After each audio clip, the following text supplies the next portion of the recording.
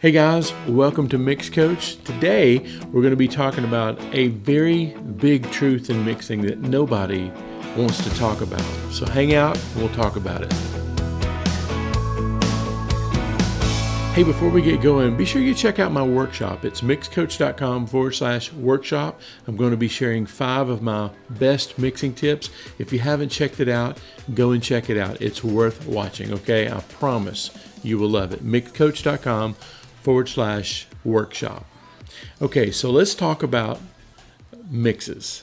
And not in the way that you think. We've been talking about mixes in a mix series, and we've been talking about compressors, filters, EQs, things like that. But I want to talk about one thing that frustrates a lot of mixers that nobody really wants to talk about. So I was looking at my comments the other night, and Vishal mentioned that he wanted some tutorials about basses. And since I'm a bass player, I love basses, and I went and listened to him, and he gave me 2 examples. Those links in his comment are below, and if you can help him with this too, I would appreciate it. But the main thing that I thought of was that both of the basses that he referenced were fantastic bass players. The downside is that not a lot of people get to record bass players that play this well.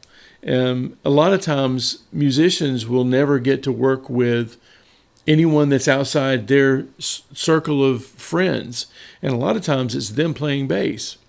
One of the big advantages of living in a town like Asheville, North Carolina, where I used to work, and Nashville, Tennessee, and LA, New York, all the bigger music centric towns, is that there are hundreds of bass players.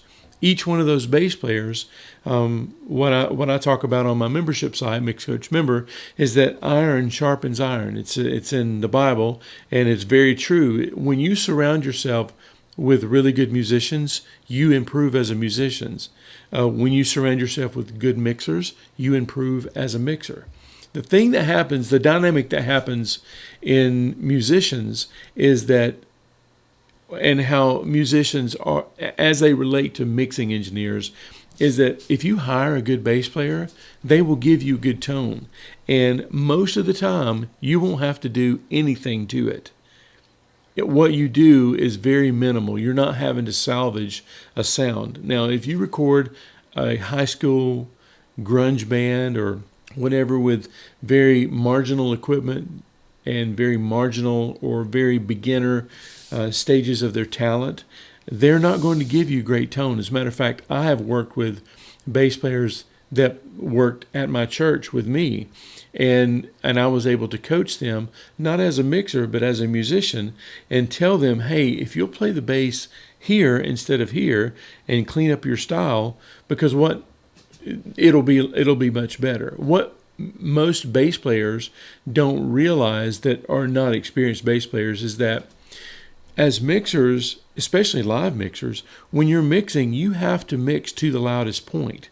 And if they're slapping the string with their finger over the pickup and it's making this awful popping sound, you have to pull it down because they're not looking at the bass player when that happens. They're looking at the house guy, right? So we have to mix it down.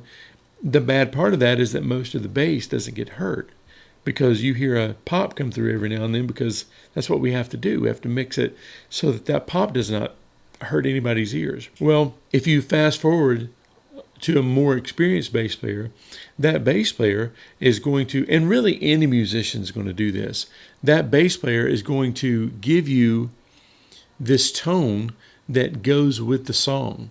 And I loved the days back when I first moved to Nashville, and when I worked in Asheville, back before people just passed files around and played. Everybody got into a room together, and if this guy was playing in this inversion, the other guitar player would stay out of his way.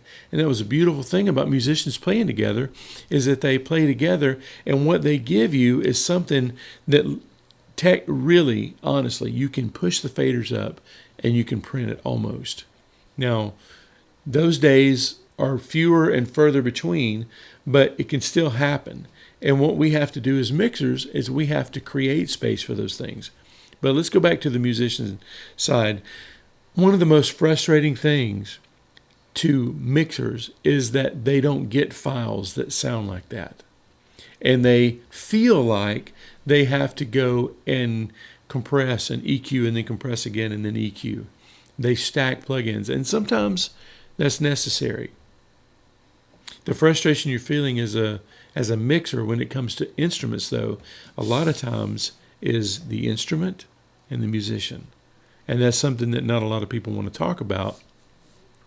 Most people want to sell you a plugin that will make the bass sound better, or make the guitar sound better, or make the singer sound better. But nothing, no plugin, is ever going to take the place of a great song sung by a great singer. Everything after that is icing on the cake. I have recorded some, I'll just tell you, I recorded Vince Gill one time, and I put an SM5B in front of him, run through, I don't even remember what kind of preamp, run through a DBX 160, and he sounded amazing. There's not a mic I could have put on him that I would have had to try to make him sound bad, because he's a phenomenal singer. I've always loved his voice, and you put any kind of mic up there, and it's going to be great. Now, if you get Mix Magazine, EQ Magazine,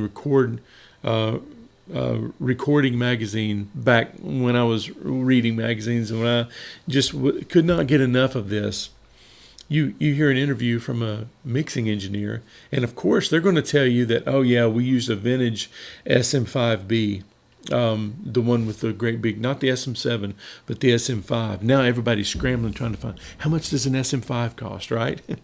That's all I had to record him on. I had to do the session quick. That mic was in there. That mic sounds good. Run him through there, turn him up loud enough, compress him so that he's not hitting the parts too hot, and it sounded great. But the glamour part of it wants you to go back and go, oh yeah, it was a Brent Averill 1073. They don't make those anymore. And that when that's not really the way it happened. It was a phenomenal singer run through singing a great song, and I captured him in the only way that I could at the moment. That's what not a lot of people want to talk about, is that we have decent mics around our studio. That's not going to make the difference. That's not going to be, if you get down to it, maybe some very discerning ears. And if you're doing it at the upper echelon, if you're recording at the upper echelon and your work is being critically acclaimed, then yeah, maybe there is a difference between this vintage of U47 and this vintage of U47 and this replica of a U47. But really, it comes down to the instrument or the singer and the song he's singing and the way he sung it. And I wish there was a more glamorous answer, but there's not. It really comes down to that. And if you've never had the chance to do that, when my membership opens up again, there are great tracks in there sung by great singers, and you'll be able to push the tracks up and they'll sound good. If you want to get on that list for when the membership opens back up, just go to MixCoachMember.com, click the links, and it will send you to the page where you'll be notified as soon as that website opens back up again. I promise.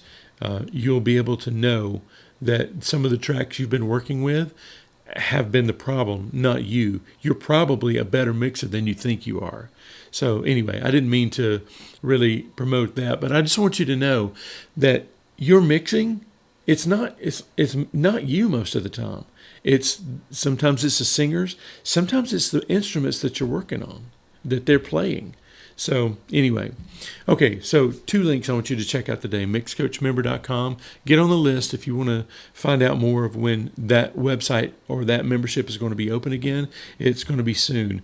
And also go and check out the workshop. If you like mixing tips, go to MixCoach.com / workshop, okay? And then there's a workshop starting soon. So, hey, thanks for hanging out with me today. And thanks for letting me rant for a minute about these mixing things. I love talking about mixing, and I love comments like Vishal's. And I'll put those links in the comments below. If you give him some tips, I would appreciate that. Let me know what you think, okay? Hey, if you like this video, subscribe to the channel. Click the little subscribe button, and then hit the notification bell, because I go live from time to time. And if you're subscribed and you've got the little bell turned on, then you won't miss one, okay? All right, thanks for hanging out with me today, and I will see you soon.